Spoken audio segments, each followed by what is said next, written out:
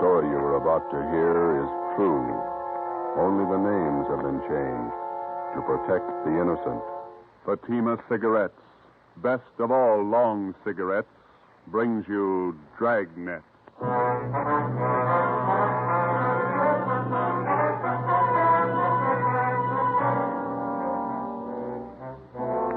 You're a detective sergeant. You're assigned to accident investigation, felony details. In the early hours of the morning, a woman pedestrian is struck down by a hit-and-run driver. Your job, find him. If you want a long cigarette, smoke the best of all long cigarettes. Smoke king-size Fatima. Fatima is the long cigarette which contains the finest Turkish and domestic tobaccos superbly blended to make Fatima extra mild. And that's why Fatima has a much different, much better flavor and aroma than any other long cigarette. That's why Fatima has more than doubled its smokers coast to coast. So, enjoy Fatima, the best of all long cigarettes. It's wise to smoke extra mild Fatima. It's wise to smoke extra mild Fatima.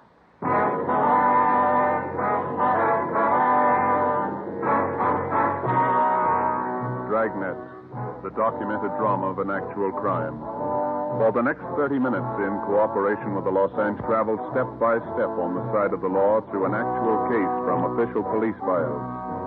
From beginning to end, from crime to punishment, Dragnet is the story of your police force in action.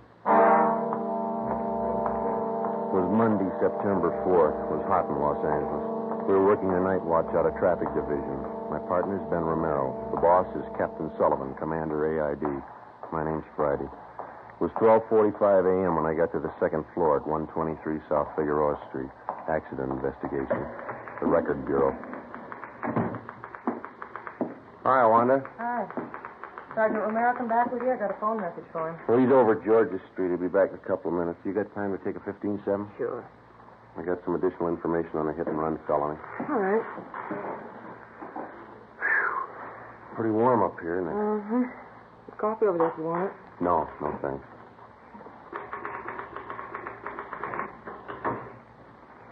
All right, officer's memo. Subject? Investigation of hit-run felony. BR number 467923. Location, 7th and Carondelet Streets. Carondelet. Mm-hmm. September 3rd, 11:15 p.m. Division reporting, AID.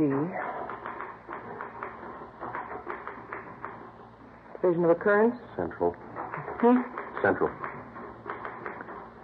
Date and time occurred, September 3rd, 11:15 p.m. Location of occurrence, 7th and Carondelet. Just going to run long, Sergeant? Oh, page and a half. Go faster in shorthand. I can transcribe it later. All right. Excuse me. This is for Captain H.W. Sullivan, commanding AID. Mm-hmm. Sir, on the above date at 11:20 p.m., the undersigned officers went to the corner of 7th and Carondelet Streets in response to an ambulance follow-up traffic. Mm-hmm. On our arrival there... You got any matches, Wanda? Yeah, here you are. Oh, okay, thanks. On our arrival there, we were met by 11T. We witnessed ambulance attendants placing an unconscious woman in an ambulance. She appeared to be critically injured. The victim was removed to Georgia Street Receiving Hospital. All right.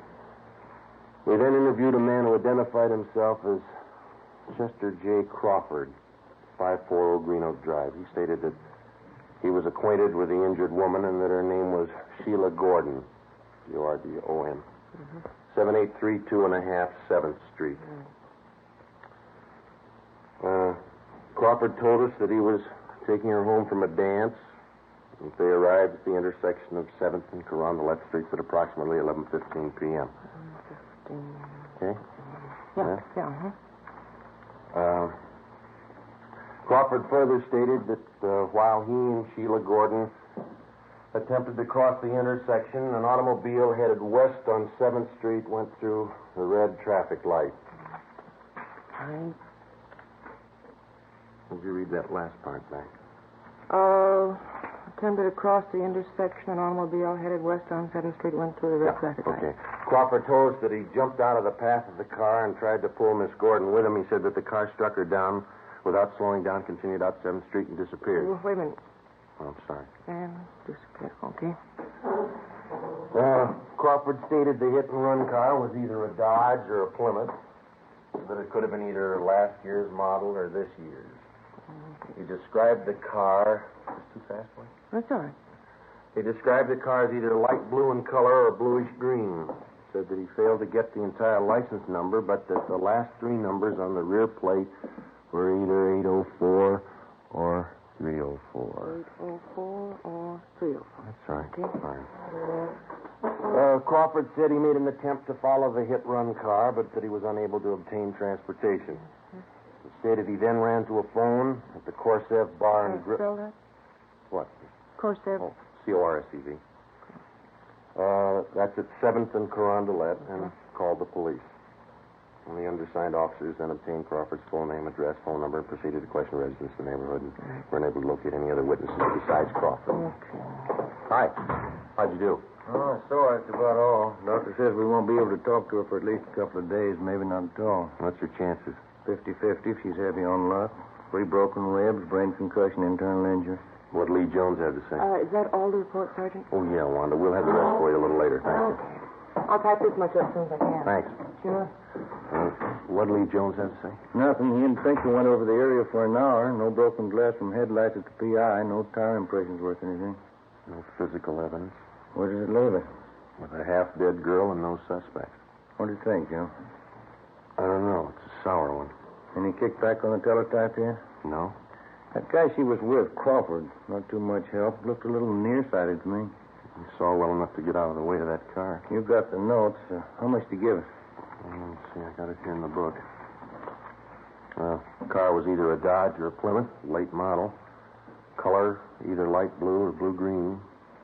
The last 3 numbers on the license plate were 804 or 304. It's a big field to pick from. That's the only lead we own. You can call it that, yeah. Well, I guess we better talk to DMV, get the dope on all cars fitting that description that Crawford gave us. It's going to be a hard trip. At least 3,000 cars to track down. Probably closer to 4. What do we do for help? We can ask the captain in the morning. I'll get him. Okay. Bracket Bureau now. Yeah, we'll bring him right over. Yeah, bye. Lee Jones again. Yeah? Says he wants the clothes Sheila Gordon was wearing at the time of the accident. He figures when she got hit, her clothes must have left fabric marks on the front of the car. Well, it might work. There's only one trouble. What's that? You can paint off fabric marks. Well, it's a long list. Let's take it from the top. Yeah. Find the car.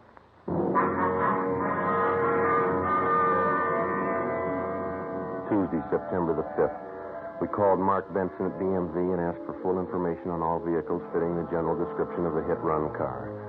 We went back and talked to the only witness to the hit-and-run, the victim's boyfriend, Chester Crawford. He could add nothing to what he had already told us. There was no response to the local teletype and the all points that were sent out the night before. Garages, auto repair, and paint shops throughout the city were also alerted. Meantime, at General Hospital, the victim, Sheila Gordon, was still close to death. The search for the hit-run car went on. 2 days passed. Thursday, September 7th. The information we requested from DMV was being checked out and compiled. Ben and I met with Captain Sullivan. That's the last of them. Give her all the cars in this area that fit the general description of the one we're after. You just get it? Yeah. How many cars did they list? 4,620. You more than you expected, eh? Yeah. No chance at all of narrowing it down? None that we can see, no. Terrific order. Well, we tried to figure it from every angle. Now, we can do it 2 ways. Yeah? We keep the alert on for the hit-run car around the divisions, all the garages in town, the auto repair shops. In other words, we can wait it out. Maybe we'll get the guy, maybe not. Yeah? Or we can check out every one of the cars on this list and the registered owners. Well, the first way isn't going to do the job. We know that. 4,600 cars. How much help will you need? About 30, 40 men. How long? A couple of weeks, maybe more. All right. I think I can get them from Metro Division. When do you want to start? First thing tomorrow. Okay, I'll set it up. All right, Skipper. Hey. Excuse me, Joe. There's a lady out here to see you. Okay, thanks. We'll check you in the morning, Skipper. Right. That's her over there. Thanks. My name's Friday, ma'am. This is Sergeant Romero. How do you do? I'm Dora Lytell, Sergeant. I'm Sheila Gordon's landlady, the girl in the accident. Yes, ma'am. And Mr. Crawford, he was with Sheila that night. He told me about you, and he said he thought you might be able to help. How do you mean? Well, it's a long story. See, when Sheila Gordon first came to live at my rooming house, she was a good girl like the rest. Lately, well, her being sick now and all, I don't like to say it. Yeah? Well, frankly, last few months before the accident, Sheila just went bad completely. I don't think I follow you, ma'am. Oh, you know, carousing, all kinds of men, visitors, had a different man in her apartment every night. Well, we're investigating a hit-run case, ma'am. Sheila gets out of the hospital. We could talk about her when she's sick like this, but when she's all right, I don't want her back in my rooming house. I'm afraid that's none of our business either, ma'am. But if you could talk to Sheila, persuade her to move from my house, I don't want any wrangle with the rental board again. Couldn't you talk to her? Besides, there's nothing we can do, ma'am. You better talk to her yourself. It'll just be another row like the last time. Shameless woman. I don't want Sheila Gordon back in my house. I'll go to that hospital myself and tell her. She's a pretty sick girl. It's not my fault. Go right over to that hospital and tell her what I think of her. She's hurt pretty bad. So am I. She's hurt me. What's the difference? You haven't been run over by a car.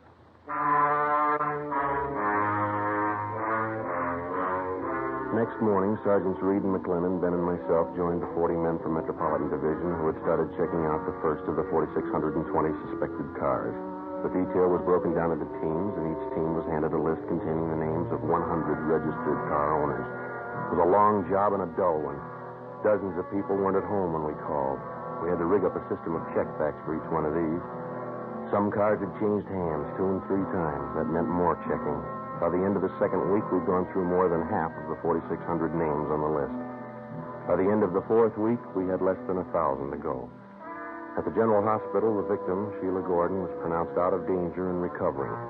We questioned her, but all she could tell us was that she thought the hit-and-run car was a dark color. The search went on. Monday, October 6th, Ben and I spent a 10-hour day checking a list of car owners south of town. It was 6:35 p.m. when we got back to the office.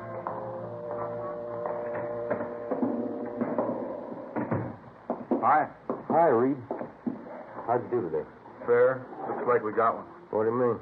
Guy's name is Ralph Angelo. Let's see. 8690 Backerley Road. Checked him out early this morning. First call. What'd you get? One's a late model Plymouth, light blue. License number, there it is, 17 Arthur 2804. Wasn't home. Talked to his wife. Yeah? She said the car's been sitting home in the garage for the past month. Husband won't drive it. What's the story? Told her there was something wrong with it. He was going to trade it in. McLennan and I tried it. Car's in first-class shape. What about the front end of the car? Pretty clean. One of the bars in the radiator grill slightly bent. Soft crease on the hood, another one in the right fender. Did you bring the car in? Yeah. Crown has been working on it since lunch down the garage. Anything else? Found a gas receipt in the glove compartment, dated September 3rd, night of the accident. Where's Angelo now? Santa Barbara, business trip. Due home tonight about 10. McLennan and I will pick him up then. See what he's got to say. That sounds good. How many possibilities does that make, Joe? Well, let me see. Out of 3,700 we've checked, about 4 good ones. I'll get that. Accident investigation, Friday. Hi, Joe. This is Lee Jones. Yeah, Lee. Just finished checking the Plymouth Reed and McLennan brought in. You find anything? Fabric prints on front bumper and the hood. No? Indentation of soft object on hood and right front fender. Something else on that fender. What's that? Set of lip impressions. What's it mean? We found the car. Only one job left. Yeah? Find the driver.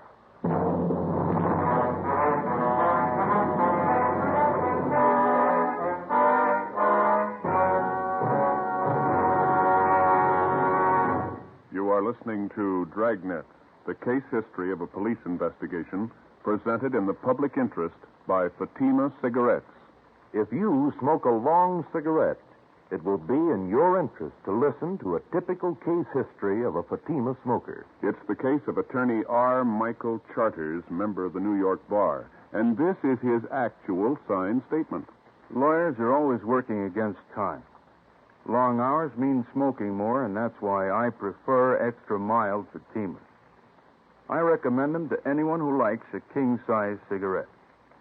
In my opinion, it's wise to smoke extra mild Fatima. And more smokers are discovering this every day. Actual figures show Fatima has more than doubled its smokers coast to coast. So enjoy Fatima yourself. The long cigarette, which contains the finest Turkish and domestic tobaccos, superbly blended to make it extra mild. You will prefer Fatima's much different, much better flavor. You will agree. It's wise to smoke extra mild. Fatima. It's wise to smoke extra mild Fatima. The best of all long cigarettes.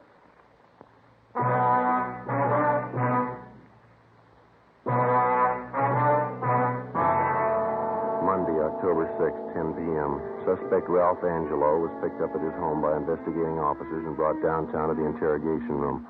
Sergeants Reed and McLennan, Ben, and myself questioned him for 3 hours.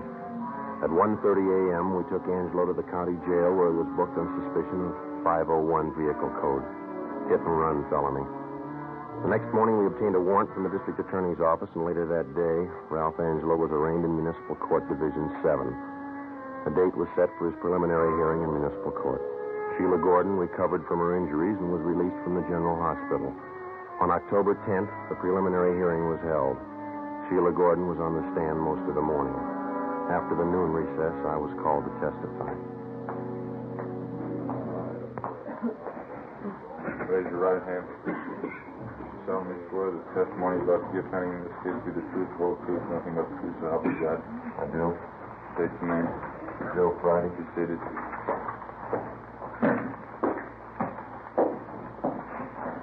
State your name, please. Joe Friday, Your address. 4656 Collis Avenue. Your occupation. I'm a police officer in and for the city of Los Angeles. Are you one of the investigating officers assigned to this case? I am. Did you have a conversation with the defendant regarding this case? I did. Where? In the traffic division at 123 South Figueroa Street. Who's present? The defendant, Sergeants McLennan, Reed, Romero, and myself. Were the statements made by the defendant free and voluntary? They were.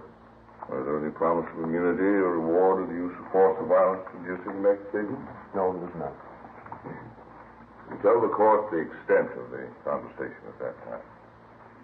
Well, first of all, I asked him if he was the registered owner of a 1948 Plymouth automobile, California license number 17 Arthur 2804. He admitted that he was. And then I asked him if he was driving that car on the night of September 3rd.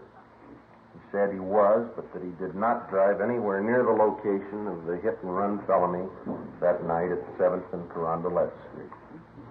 Did the defendant tell you where he drove his car that night? No, sir.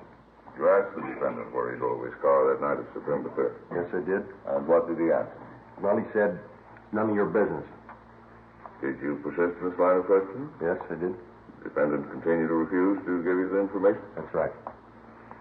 Did the defendant state where he was on the night of September 3rd between 10 p.m. and midnight? He refused to tell us. You advised the defendant at that time that his car had been impounded for investigation? That's right. Did you advise him that several points of incriminating evidence had been found in the car? Yes, we did. And what did he say in answer? Well, he said, you can't prove a thing. I wasn't near the place. You can't prove a thing. Was that the extent of the conversation between you and the defendant? It was. Thank you, that's all. Counsel for defense? No questions, Your Honor. Leland Jones, come stand.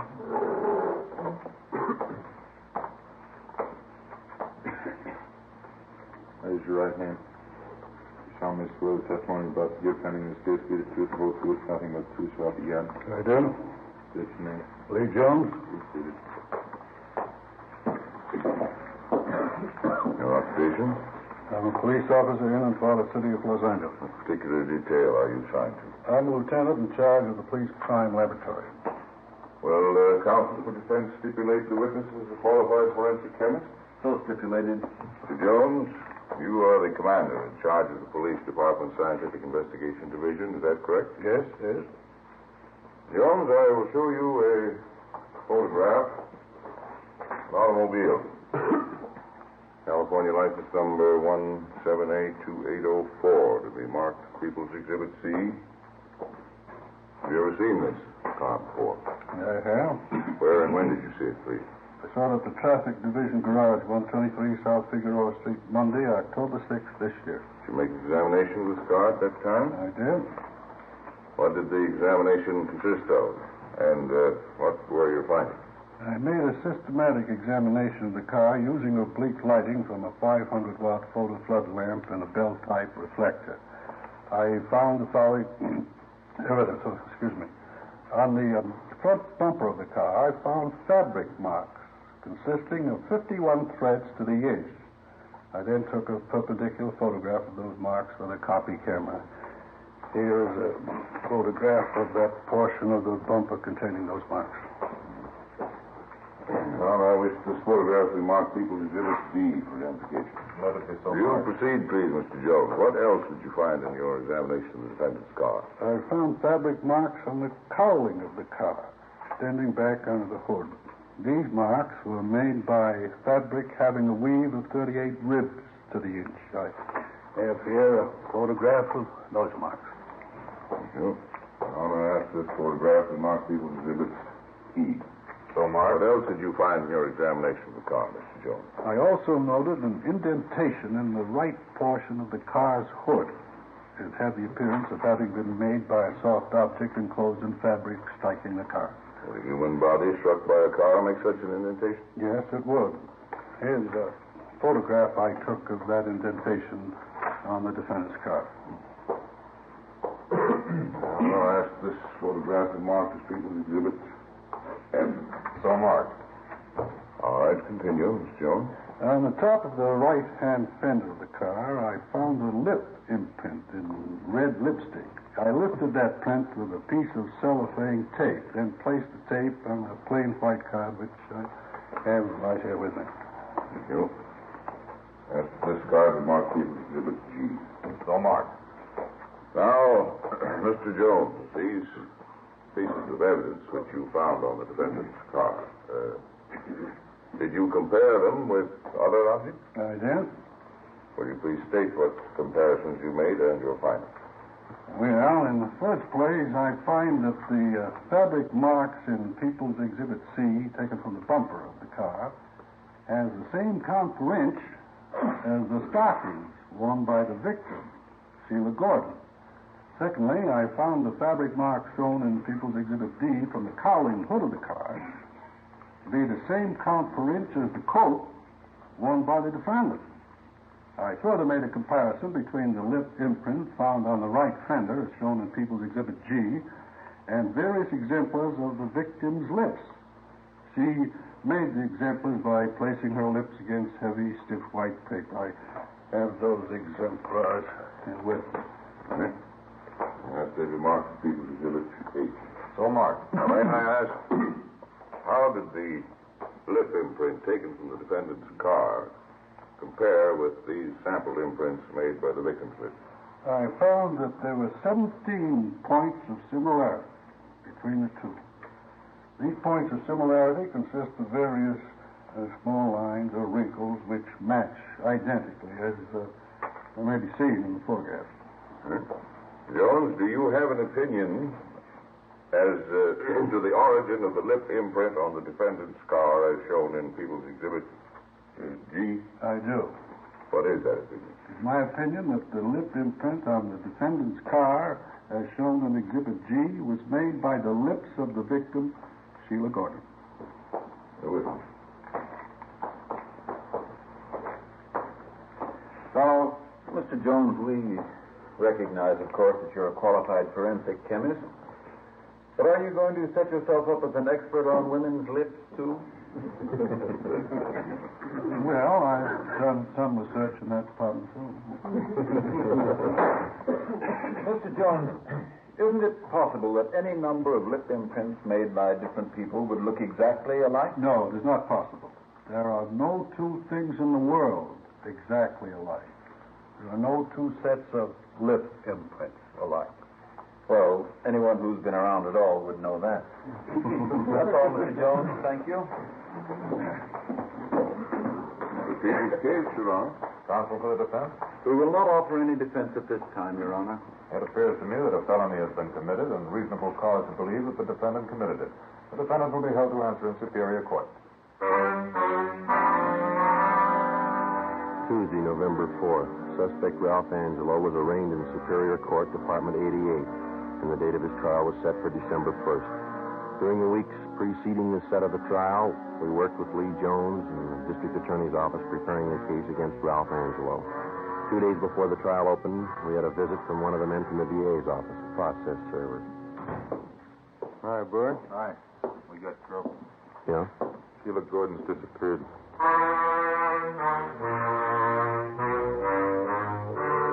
Wednesday, December 1st, Ralph Angelo's trial opened and Sheila Gordon was called to the stand. She failed to appear. We checked her few known friends in the city. They couldn't help. She had disappeared from her new address and taken everything with her.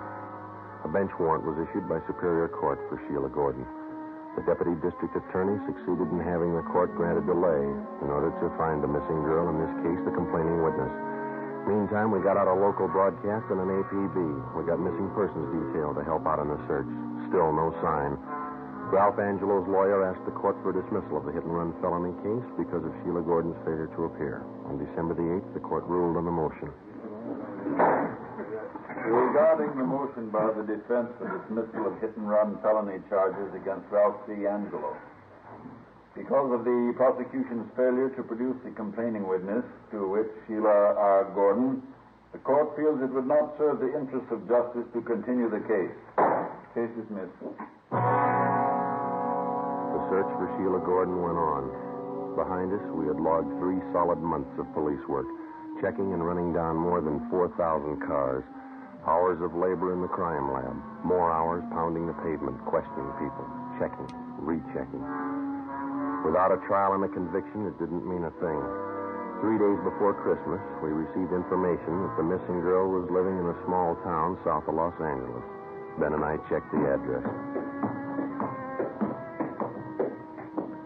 What was the apartment number? 7A, wasn't it? Oh, yeah. Mm-hmm. Again.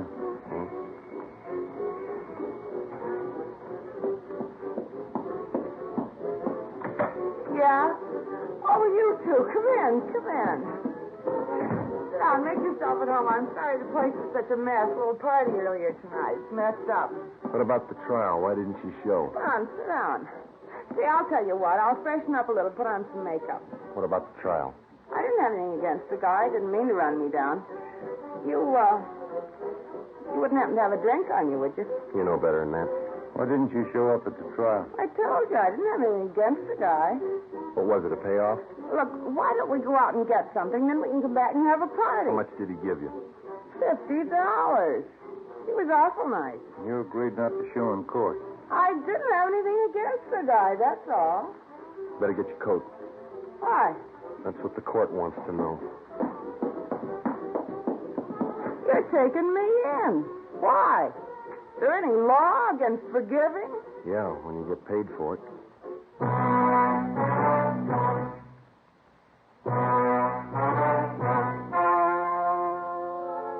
The story you have just heard was true. Only the names were changed to protect the innocent. On February 3rd, trial was held in Superior Court, Department 88, City and County of Los Angeles, State of California. In a moment, the results of that trial. It's amazing how many long cigarette smokers are changing to Fatima. Here is the actual report. From coast to coast, king-size Fatima has more than doubled its smokers. Yes, more and more smokers every day are discovering that Fatima is the best of all long cigarettes. Long cigarette smokers find Fatima has a much different, much better flavor and aroma. Long cigarette smokers find that Fatima is extra mild because it's the long cigarette which contains the finest Turkish and domestic tobaccos superbly blended to make it extra mild. So enjoy extra mild Fatima, best of all long cigarettes. It's wise to smoke extra mild Fatima. It's wise to smoke extra mild Fatima.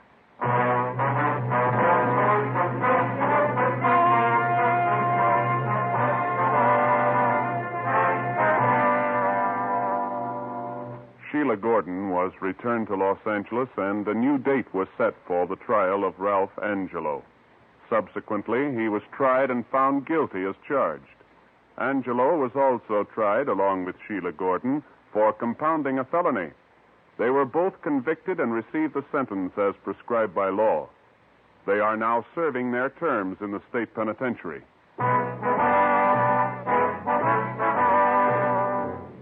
You have just heard Dragnet, a series of authentic cases from official files. Technical advice for Dragnet comes from the Office of Chief of Police W.A. Wharton, Los Angeles Police Department.